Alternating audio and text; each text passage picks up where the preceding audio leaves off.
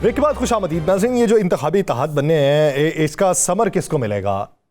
जो इंतखाबी इत्तेहाद होंगे, एक बड़ी पार्टी का अगर एक छोटी पार्टी से है, या एक बड़ी पार्टी का अपनी टक्कर वाली पार्टी से है, आने वाले दिनों में पीडीएम बिलखुसूस इंतखाबी इत्तेहाद बनाने में कामयाब होगी, या पीडीएम में छोटे छोटे से इत्तेहाद बनेंगे? अगर छोटे छोटे से बनते हैं तो उसका खुमियाजा किसे भुगतना पड़ेगा?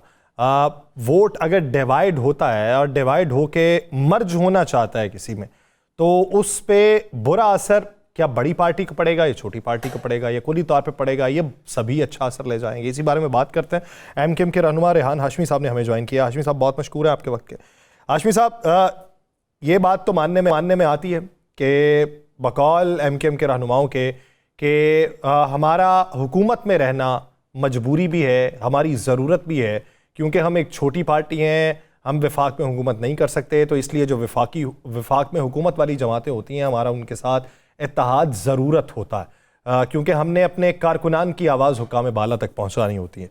लेकिन ये इलेक्शन से पहले इत्तेहाद के जब अभी मंजरनामा भी तय नहीं हो रहा, तो किस मंतिक और मसलहत के तहत आपने पाकिस्तान मुस्लिम लीग नून से इत्तेहाद कर लिया? बिस्मिल्लाहिर्रहमानिर्रहीम। देखिए, पहली चीज तो मैं एक पॉइंट क्लियर करूं कि पाकिस्तान में क्या बल्कि पूरी दुनिया में कोई भी पॉलिटिकल पार्टी जब इलेक्शन कंटेस्ट करती है तो उसका बुनियादी मकसद होता है हुकूमत साजी। और कोई भी पॉलिटिकल एक ऐसी पार्टी नहीं होगी जो ये कहे कि जनाब हम इलेक्शन कंटेस्ट करना चाहते हैं और हम अपोजिशन बेंचेस पे बैठेंगे, कोई भी नहीं करेगा। और जिस तरह के आपने अपने प्रोग्राम के आगाज में बताया कि एमकेएम हो या दीगर पॉलिटिकल पार्टियों, बिल्कुल अगर मैं एमकेएम की बात करूं तो यस, हम चाहते हैं कि जिन वोटर्स ने, सपोर्टर्स ने, जिन कॉन्स्टिट्यूएंसीज की हम नुमाइंदगी करते हैं और जो एजेंडा लेकर चल रहे हैं अर्बन एरियाज के हवाले से, पूरे पाकिस्तान के हवाले से, तो उसको हम फुलफिलमेंट की तरफ लेकर जाएं ताकि लोग सेटिस्फाई हों। तो उसके लिए जरूरी है कि हम कहीं ना कहीं किसी भी आज़ादी अक्सरियत रखने वाली पॉलिटिकल पार्टी के साथ इत्तेहाद बनाएं और उनकी वेलबींग की बात करें। मगर दूसरी जानिब जब वही पॉलिटिकल पार्टी के जिनके साथ हमारा इत्तेहाद होता है और वो इत्तेहाद के दिए हुए नुकात के ऊपर अमल दरामद नहीं करते, तो आपने देखा कि 2013 से पहले एमकेएम ने पीपल्स पार्टी को छोड़कर भी अपने जमहूरी हक का इस्तेमाल किया और उसके बाद हम अपोजिशन बेंचेस में भी बैठे हैं पीएमएलएन जब हुकूमत कर रही थी। और आपने फिर देखा कि पीटीआई के साथ वही नुकात, उन्हीं नुकात के ऊपर हमारे कंसेंसस डेवलप हुए, हमने उनके साथ मुआहदा किया और तकरीबन 3.5 साल उनके साथ रहे। और जब पीडीएम की हुकूमत हुई तो उन्हीं नुकात को आगे लेकर चले और उन्हीं नुकात की बुनियाद के ऊपर हमने इनके साथ एक मुआहदा किया जिसमें पीपल्स पार्टी और दिगर पॉलिटिकल पार्टी की सिग्नेचरी थी और नुकात हमारे वही थे। और वो लॉन्ग अवेटेड जो हमारे मुतालबे थे, जिनके लिए हम जद्दोजहद कर रहे हैं, जब पॉलिटिकल पार्टीज जिनको ये हकूक देने हैं वो इस पर दस्तखत करती है, तो इस बात की गम्माजी भी है, इस बात की अक्कासी भी है कि जनाब उन्हीं को देने हैं। और अगर उन्होंने नहीं दिए वो नुकात तो सवाल तो होता है कि जनाब आपने क्यों नहीं दिए। ये एडजस्टमेंट होती है, डायलॉग है। और ये पीडीएम के साथ जो हुआ, ये बुनियादी तौर पर हालिया दिनों में मुस्लिम लीग नून की दावत पर जब हम गए तो ये मुशावरती और ताउन का एक वही तसलसल है जो तकरीबन 1.5 साल पहले शुरू किया था। इसमें हमने ये आप समझे कि हम सीट एडजस्टमेंट की कहीं पर बात नहीं है। हाँ, ये तजदीद जरूर है कि जनाब वो तमाम नुकात जो मुआहदे का हिस्सा थे उसको लेकर चलेंगे हम आगे। रेहान भाई, आपने कहा कि 1.5 साल पहले जो नुकात तय हुए, साइन भी हुए, मुझे याद है, सारा कुछ याद है। और हमें ये भी याद है कि आप समेत बहुत से लोग कहते, आखिरी दम तक कहते रहे कि उन पर अमल नहीं हुआ।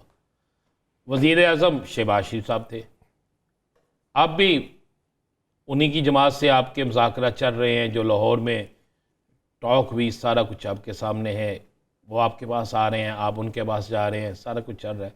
तो 1.5 साल में इक़्तिदार के दिनों में अगर आपके वो मसाइल जो लिखे हुए थे, इन पर साइन हुए थे, वो पूरे नहीं हुए, तो अब इस इत्तेहाद या इस मुज़ाकरात, इत्तेहाद चले मैं नहीं कहता, आप कहते अभी फाइनल नहीं है, इस मुज़ाकरात में अब कौन सी ऐसी चीज़ है कि जो आपको नज़र आती है कि अब पूरी हो जाएगी? आपकी बात दुरुस्त है कि वो तमाम मुतालबात, जिसमें खसूसी तौर पर कराची पैकेज का मामला था, जिस तरह के पीटीआई ने 1100 अरब कराची को देने का वादा किया, फुलफिलमेंट नहीं हुई उसकी जरा से भी। इसी तरह इनसे भी बात हुई थी। लेकिन हम अगर सबसे important, one of the most important issue की बात करें, वो रीसेंसस का था, जो हमने पीटीआई के साथ भी मुआहदा किया था, इनके साथ भी किया था।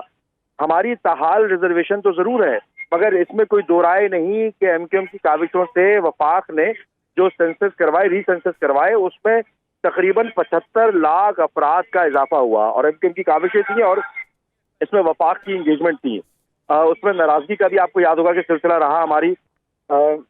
मगर अब आगे की तरफ हम देख रहे हैं कि उम्मीद यह है कि 18वीं तरमीम के हवाले से, कॉन्स्टिट्यूशनल अमेंडमेंट के हवाले से, आईनी तरामीम के हवाले से जो हमारी बुनियादी चीज़ें, जो रूट कॉज है जिसकी वजह से पाकिस्तान बुनियादी तौर पर डेमोक्रेटिक सोसाइटी भी बनेगा और पाकिस्तान के अंदर जो अभी आप देख रहे हैं कि जो अनार्की और क्योस पॉलिसी की वजह से हुई है, मोनोपोलाइजेशन भी खत्म होगी और लोगों को मुंसिफाना हकूक की तरफ गामजन कर सकेंगे हम अगर उन आईनी तरामीम की तरफ चले जाते हैं।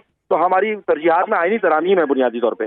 अच्छा हाशमी साहब, अगर 2008 से सिलसिला लेके चले, पाकिस्तान पीपल्स पार्टी, PMLN, PTI, मैं मुशर्रफ दौर की बात नहीं करता, जमहूरी दौर की बात कर लेते हैं, 2008 से अगर तसलसल कायम करें, आपका हर जमात के साथ इत्तेहाद रहा, हर जमात के साथ आपका गिला भी रहा कि हुकूक पूरे नहीं हुए। अब जाके आपने पाकिस्तान मुस्लिम लीग नून से दोबारा इत्तेहाद कर लिया और तजदीद अहद फिर से कर रहे हैं आप। तो MKM को वो सच्चा प्यार कब मिलेगा जिसके बाद MKM एक सतह पे आके ये कहना शुरू कर देगी कि भाई ये इत्तेहाद जो है ये कराची के अवाम के लिए फायदेमंद साबित हुआ?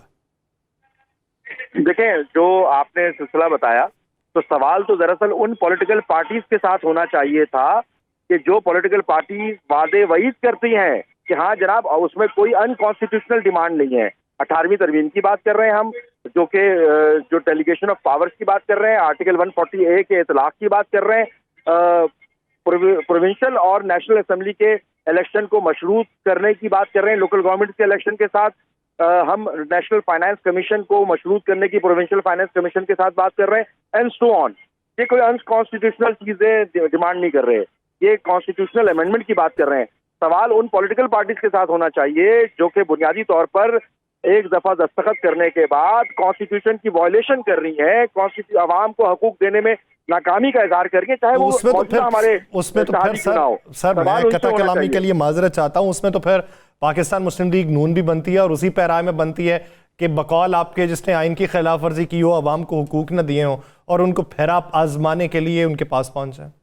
बात दुरुस्त है, क्योंकि मुस्लिम लीग नून से भी इत्तेहाद हुआ था और PTI से भी हुआ, पीपल्स पार्टी से भी हुआ। और जहां तक ये तो उन पार्टीज के ऊपर सवालिया निशान है कि आप सच्चा प्यार कॉन्स्टिट्यूशन से और पाकिस्तान की आवाम से कब करेंगे। हम तो सच्चा और पक्का प्यार और मोहब्बत कायद-ए-आज़म के पाकिस्तान से कर बैठे हैं और उसी तरफ गामजन भी करना चाहते हैं। तो ये पॉलिटिकल पार्टीज करके दिखाएं अपना सच्चा प्यार, अपनी सच्ची मोहब्बत, अपनी सच्ची उल्फत और खुलूस का इजहार करें आवाम के साथ। इन तमाम अमूर को स्ट्रीम लाइन में लाकर और एक तरफ डायरेक्शन सेट करनी है पाकिस्तान की। अच्छा रेहान भाई, ये तो बता दें कराची में कितना हिस्सा दे रहे हैं मुस्लिम लीग नून को और पंजाब में कितना हिस्सा ले रहे हैं, लाहौर में कितना हिस्सा ले रहे हैं मुस्लिम लीग नून से? आपने तो वो बात कर दी जैसे बंटवारा हो रहा है किसी चीज का। बंटवारा नहीं हो रहा, इलेक्शन हो रहा है भाई। और माजरत से बिल्कुल आप दुरुस्त कह रहे हैं। और ये सवाल फिर आप गलत जगह पिच कर रहे हैं, ये सवाल कहीं और करना चाहिए फिर आपको। हम तो इलेक्शन कंटेस्ट करने जा रहे हैं। मैं उस जगह कर नहीं सकता, आप भी नहीं कर सकते, लेकिन मैं आपसे पूछ तो सकता हूँ ना। इतना तो हमें हक दें कि हम आपसे पूछ लें, आपके इल्म में जितना है वो तो आप बता दें। देखिए, इसमें पंजाब में MKM का ज्यादा कोई इन्फ्लुएंस है, तो MKM में वहां पर इंडिपेंडेंटली मुस्लिम लीग को लड़ना है। हाँ, ये मोरल सपोर्ट और कुछ तजदीद है, ये बुनियादी तौर पर ताउन की और मुशावरत की तजदीद की है मुलाकात। जब आप तजदीद की सर आप जब आप तजदीद की बात कर रहे हैं तो फिर ये भी देखिए कि एक वक्त था कि आपके ऑफिसेज पंजाब के अंदर भी बनना शुरू हुए थे और हमें अच्छे तरीके से याद है झंडे आवेजा किए जाते थे। तो अगर तजदीद है तो फिर उस तजदीद में इस अहद को भी शामिल करें।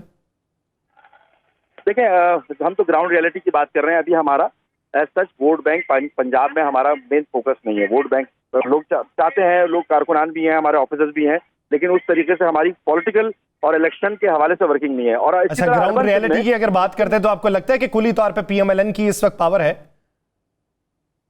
मुस्लिम लीग नून का एक स्टेक रहा है और खास तौर पर अगर हम माजी में चीजें देखें तो पंजाब में उन्होंने जिस तरह सर्व करने की कोशिश की है, चाहे नॉर्दर्न एरियाज की तरफ जाएं, चाहे मोटरवे का नेटवर्क देखें, तो मैं समझता हूं कि कहीं ना कहीं इनकी इनपुट तो रहा है और बड़े पैमाने पे इनपुट रहा है। तो लेट्स सी, वो तो इलेक्शन बताएगा कि किसका क्या रोल रहा है और अवाम किसकी जानिब मबजूल होती है। लेकिन MKM समझती है कि MKM अपनी वो तमाम सीटें जो कि हमसे छीनी गई थी बुनियादी तौर पर, उन तमाम सीटों को हम रिटेन करेंगे इंशाल्लाह। इसका मतलब है कि वो तमाम सीटें जो आपकी थी आप उसे वापस लेंगे, तो फिर मुस्लिम लीग नून को तो इसका मतलब है कराची में आप कुछ नहीं दे रहे ना। देखिए, मुस्लिम लीग नून का अपना स्टेक है, जहां पर वो समझते हैं कि उनकी अक्सरियत है और जहां पर समझते हैं कि उनकी जीतने के मौके ज्यादा हों, उनकी तो कराची यकीनन में अक्सरियत है। मुस्लिम लीग नून का, ये तो मुस्लिम लीग नून के नुमाइंदे से पूछे, हम नहीं समझते नहीं, हैं मैं तो MKM आप इत्तेहाद आपसे हो रहा है, पूछे रियाद उनके भाई, नुमाइंदे। आप तो कराची के चप्पे चप्पे को जानते हैं ना, वैसे ही मैं पूछ रहा हूँ, आप एक सियासी कारकुन भी हैं। मुस्लिम लीग नून का है कराची में कहीं होल्ड?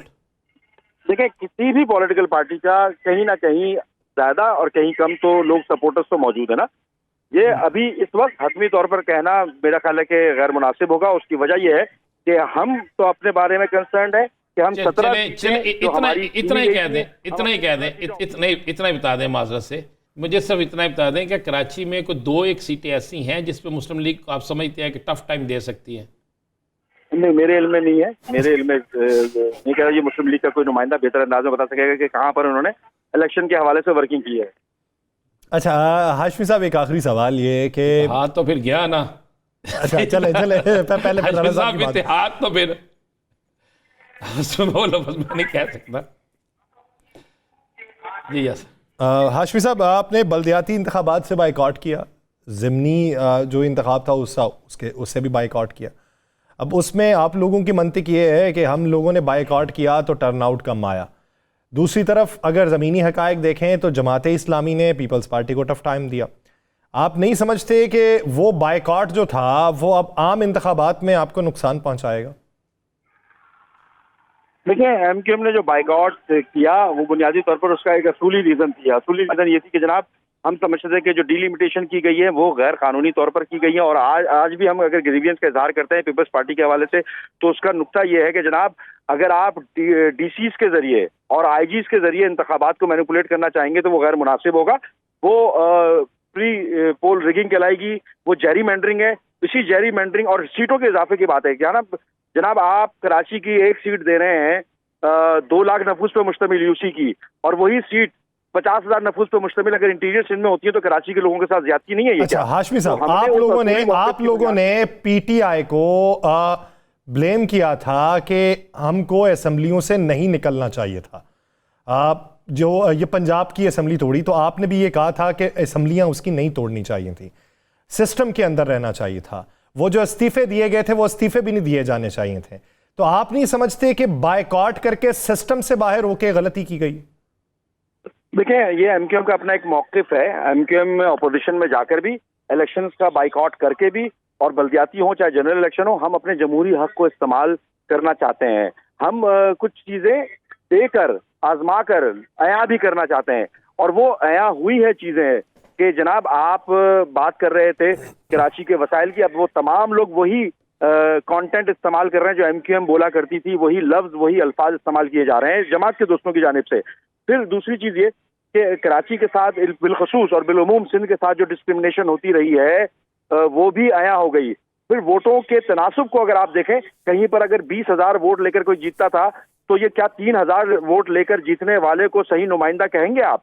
तो ये वो बहुत सारी पॉलिटिकल चीजें हैं जिसको हम समझते हैं कि हमने MKM के स्टांस दुरुस्त था कि बाइकआउट करके MKM ने। अच्छा रेहान भाई, मेरा आखिरी सवाल है, इसको आप जिस तरह मुनासिब समझें जवाब देना। हम ये कह सकते हैं कि आपके मुस्लिम लीग नून से ये कह सकते हैं इत्तेहाद हो गया, सीट एडजस्टमेंट हो गई है, या हम ये कहें कि मुस्लिम लीग नून और आपके दरमियान सिर्फ अभी एक रिश्ता तय हुआ है कि हमने सियासी रिश्ता तय हुआ कि इकट्ठे मिलकर चलना है, सीट्स या बाकी मामला जो है वो वक्त के साथ देखा जाएगा?